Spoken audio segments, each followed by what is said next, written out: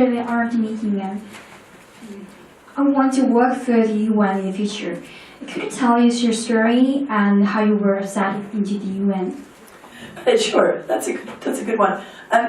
I did my university studies, and then I went to work for civil society organizations. So I worked for Amnesty International, I worked for some other organizations, including some very small ones. And at first I worked in London, but then after some time I realized I needed field experience. So I needed to experience what it's like to live in a developing country and to live in a conflict situation.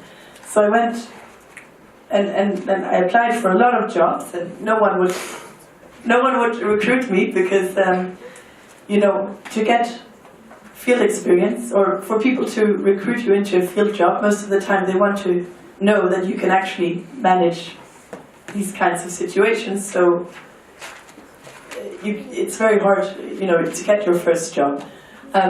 So I went to work for a non-profit organization in Indonesia for a while, a very small one. It's called Peace Brigades, and got involved in that way.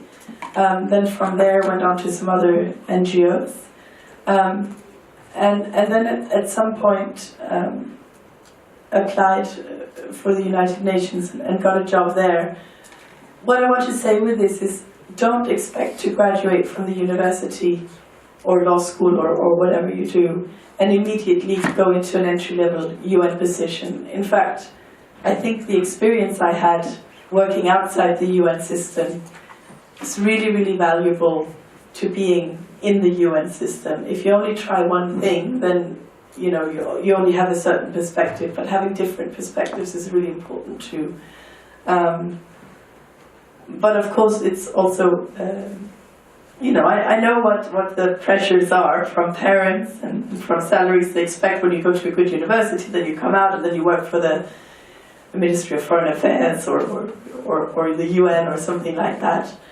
But it can be quite hard to make that happen immediately. So don't dismiss opportunities to work for other organizations first, because it also gives you a lot of skills that the UN doesn't always give you.